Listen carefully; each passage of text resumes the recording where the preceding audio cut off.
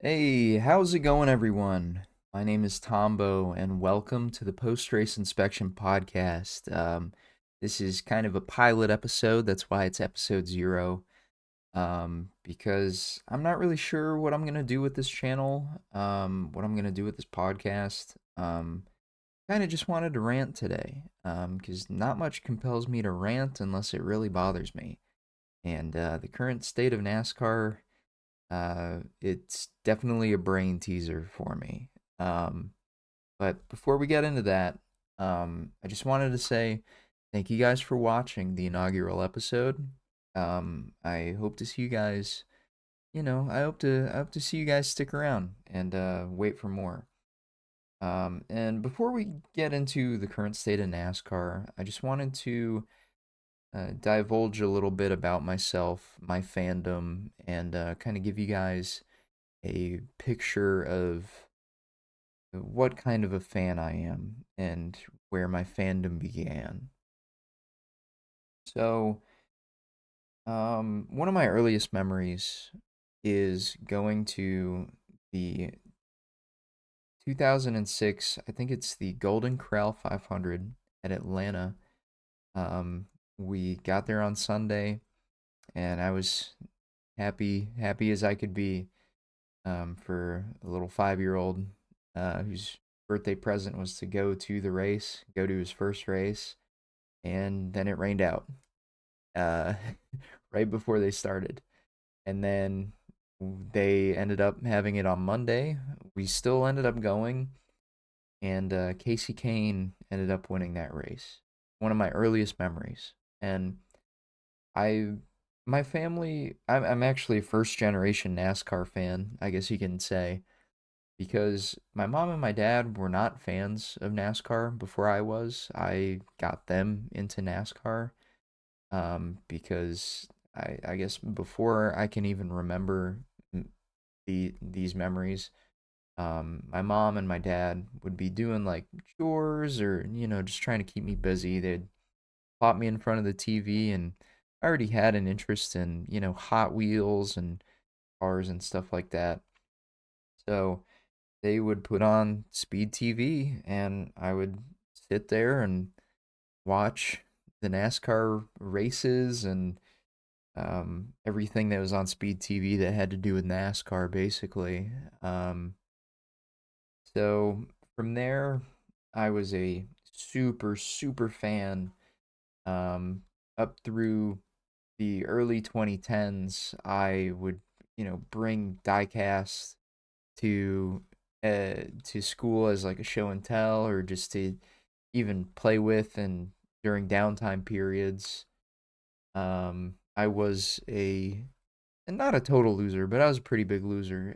I was the only person really at my school that liked NASCAR, so it was a pretty niche interest to me, and it was just very it was very interesting because I'd be like, "You guys see the race?" And nobody saw the race. Um, but I digress. Going into the mid 2010s, kind of when they introduced the chase format, or the updated chase format where the playoffs were introduced and they started calling it the playoffs. 2014, I thought it was pretty novel. Um, but 2015, I realized that it it's not the most legitimate way, in my opinion, to crown a champion. Now, I'm not gonna talk really about what I would do to fix the format. I want to save that for probably episode 1. So I'll just leave it at, I've had my qualms with it. I got jaded pretty early into the playoff format's existence, like a lot of people. Playoffs have always been divisive, but I've definitely always been in that crop of fan that was like, okay, the playoffs have worn out their welcome, and there's definitely better ways to crown a champion. So, are we going to ever see any change? And then, right around 2017 or 2018, I got jaded enough to where I stopped following the sport week to week. Um, Obviously, this fandom came back 2019, 2020, around that time. I'd say probably 2020. And ever since then, I've been very attentive to the sport. And I actually almost got a job with Rickware Racing out of college, though that fell through, and I ended up settling into a different area of engineering that's semi-related. But I definitely want to keep NASCAR as a hobby for kind of the reasons that I'll talk about today. I do want to keep this one a little bit on the shorter side. Um, Future episodes are I'm gonna try and aim to I'm gonna try and aim for them to be about 45 minutes to an hour long. This one I just want to keep short because it's currently 11:36 p.m. on November 5th, 2025. It is definitely going to be the 6th by the time that you guys see this. So I just want to keep it short. Now, enough rambling. I guess we can just jump right in to the state of the union. I guess in a general sense, NASCAR have dug themselves into a hole, and I'm not even talking about the lawsuit, which I'm not going to talk about at all in this episode.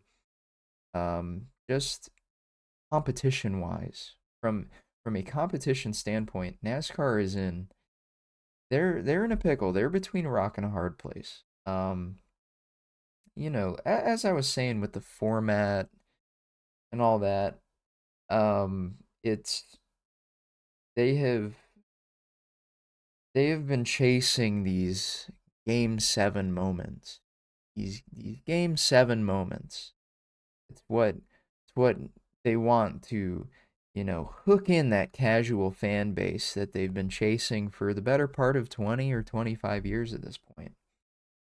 Um, here, let's just get down to brass tacks. Game 7 moments do not work if they are artificial.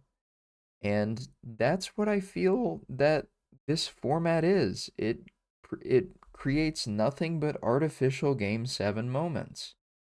No one no one remembers the title fight between no one remembers these championship races. No one talks about them outside of the NASCAR network. Like, did anyone see anybody, like any network, sports talk, or did anyone hear any sports talk radio talk about our championship this past weekend? No. No, you didn't see it at all outside of NASCAR networks and NASCAR communities. It's because no one cares about these artificial game 7 moments. I say that they're artificial because it I don't know. Especially with this weekend, having a whole season come down to 2 laps is just I it just makes the rest of the season meaningless. Um I know that there are certain people, especially Jordan Bianchi. He's probably the most prominent figure that believes this. But there's a lot of people that say there's a lot of people. How do I put this? There's a lot of people that say, "Oh, we need a playoff system because a full season format is boring." Imagine if the NFL or baseball, imagine if the MLB just crowned a champion after 162 games. Like, let's just award the Milwaukee Brewers the championship after 162 games because they had the highest amount of wins. They had the highest win total out of everyone. Motorsports we need to stop making this comparison as an industry. Especially NASCAR needs to stop making this comparison between motorsports and stick and ball sports, because I don't know if they know this, but stick and ball sports tend to only have two teams at a time playing each other, going head to head. When NASCAR, there are 36 to 40 cars on the field, teams on that track at the same time. It just doesn't work. You need, in order for a playoff system to make to be a legitimate format for a motorsport, it needs to be a direct head-to-head competition. I would say the only time where a playoff system really did work in motorsports and was, I guess, quote, legitimate would be those X Games head-to-head rally races, um, where, the cars would start, or for example, the race of champions back when they had that before COVID. Um, that it's the only format that the playoffs work in because it's the only head-to-head format. It just, with so many cars on track, it creates too many moving variables that just make a full season format comparatively much more legitimate in the long run. Um, it I guess with that, let me take a little sip of water and then we can talk about. Let's lead into what happened this past week. So, this past weekend, we had the Truck Series, the Xfinity Series, and the Cup Series have their championship weekend.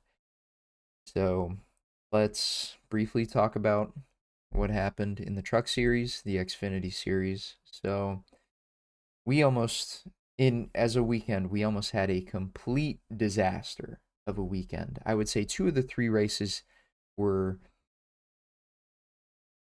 probably the worst outcomes that you could possibly have for a championship to be considered legitimate.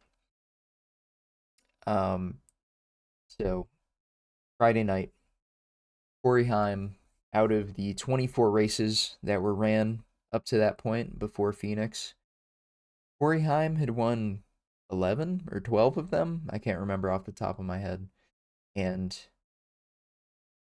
it looks like, even though he, under a regular format, he would have wrapped the championship up multiple weeks ago, probably close to a month ago at this point, he would have lost the championship because he was running second, and he would have lost the championship.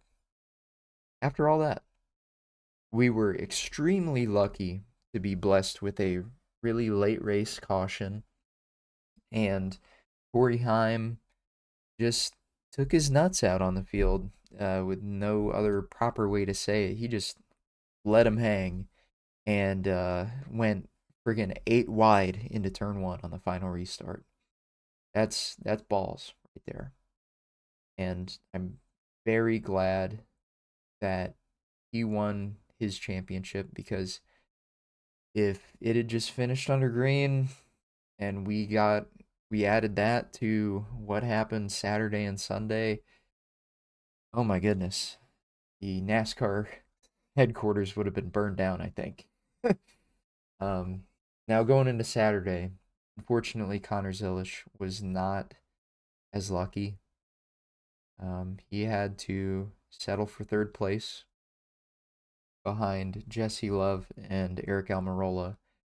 And it's unfortunate because Junior Motorsports didn't come away with the drivers or the constructors championship, because Jesse Love won the drivers championship and Eric Almirola won the constructors championship because he finished second ahead of Zilisch. Now, Zilich would have wrapped up with this current points format. He would have wrapped up this championship back in September. Um, it's really frustrating to say that. He would have wrapped up this championship 3 weeks early, but it just wasn't meant to be. I mean, he said that the lights were shining too bright, and just they just didn't have the best car. Jesse Love had better car for one single weekend, and that gives him the championship. I'm not saying that he's undeserving. He definitely, and when it comes to this playoff talk, as it is in this current format, I do not think that these championships are illegitimate.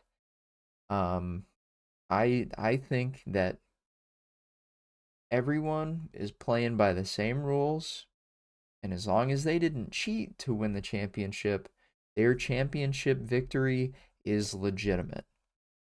Now, do I think that the way that these people lose the championship really sucks and it shouldn't be like this? Yes. Um, and I guess we can get into Denny Hamlin's loss this weekend. Um, I mean, Denny had the best car all weekend. He was one of the fastest in practice. He won the pole, and for a majority of the race, he was carving through the field. He was managing his tires better than anyone else. They had the setup dialed. I mean, he was pulling away on 30 lap runs. He was pulling away from second place by about 3/10 of a second per lap. Like 20, 25 laps into a run. Unheard of, especially with these cars. It was his day until it wasn't. Um, Free to go. Hamlin with a 3.5 second lead, very comfortable. Um, just I I don't know. It was in his hands until it wasn't. William Byron running third place, blows a tire, gets into the wall really hard, and I do think the caution should have come out there. He got into the wall pretty hard, and anytime someone went up into the wall over in turn four, it did the yellow did come out. So it was consistent, and I do agree with the call that the yellow should have come out. Um, do I think that four tires impacted Hamlin's finish? Not really.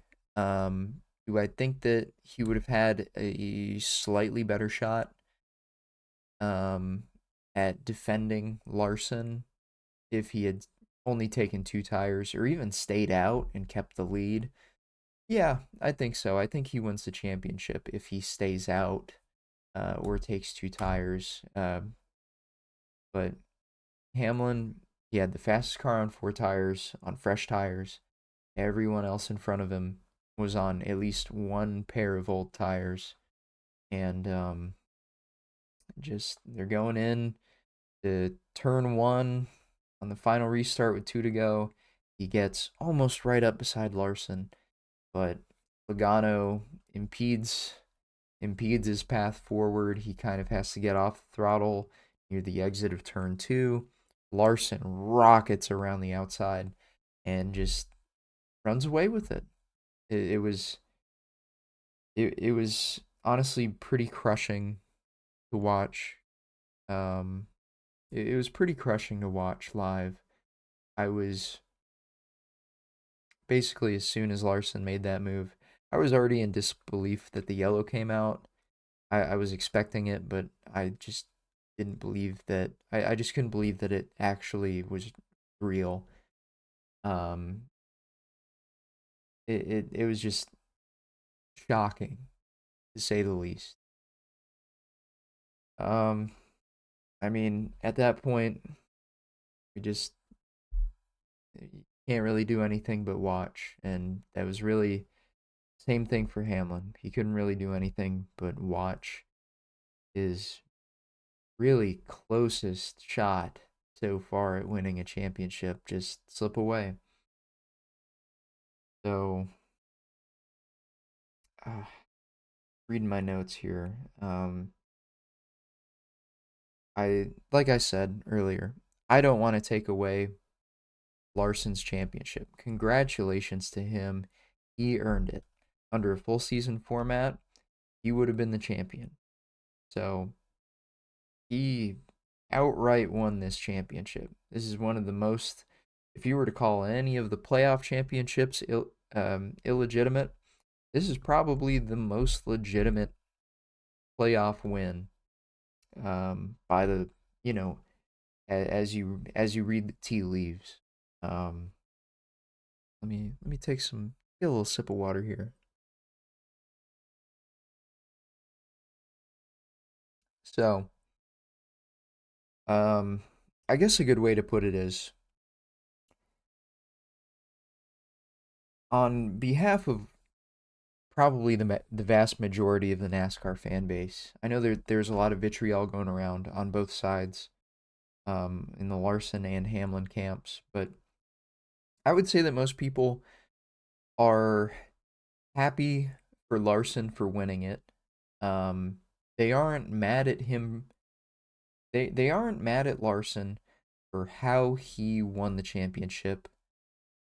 They are mad about how they are upset at how Denny lost the championship. So I think I would fall in that boat as well. Um, it just was so. I'm not even upset about, you know, him losing it because, you know, it it's just how the playoffs are, but it it becomes the point becomes it shouldn't even come down to that. We shouldn't have a system where we shouldn't have a winner take all system for the last to decide the championship. It shouldn't be a nothing else matters. Whoever finishes highest in the on this one track, this one single weekend, whoever finishes whoever finishes ahead wins. That like I said, it's not a stick and ball sport. It's just it's not right. The fact that we even have to question people's championships means that there is something fundamentally wrong with the format, and it's been fundamentally wrong for 11 years now. So, with that, I'm hoping that NASCAR changes the format. They said that they have, and I did see some O'Reilly, Xfinity now O'Reilly Auto Parts Series championship promotional material, or not promotional material for it, but it was mentioned when the press release came out today, or a little bit ago, that cup drivers can now bushwhack a little more. um, it mentioned specifically excluding playoff races. So that indicates to me that we are keeping, unless it was some sort of Freudian slip, it indicates to me that the playoffs are here to stay still. Now, they haven't announced whether it's going to be a 10 race format like the old Chase, or a 3-3-4 format, or a 4-3-3 format. I think most people are expecting a 3-3-4 format, or maybe a one race wild card, and then a 3-3-3 like Eric Estep predicted, or kind of wanted a few months ago. But changes are coming, and I think they're for the better. I think as far as the health of the sport long term, just any change, any change is for the better at this point. NASCAR has gone down a very dark road with these playoffs, and I would like to see them come out of it sometime soon.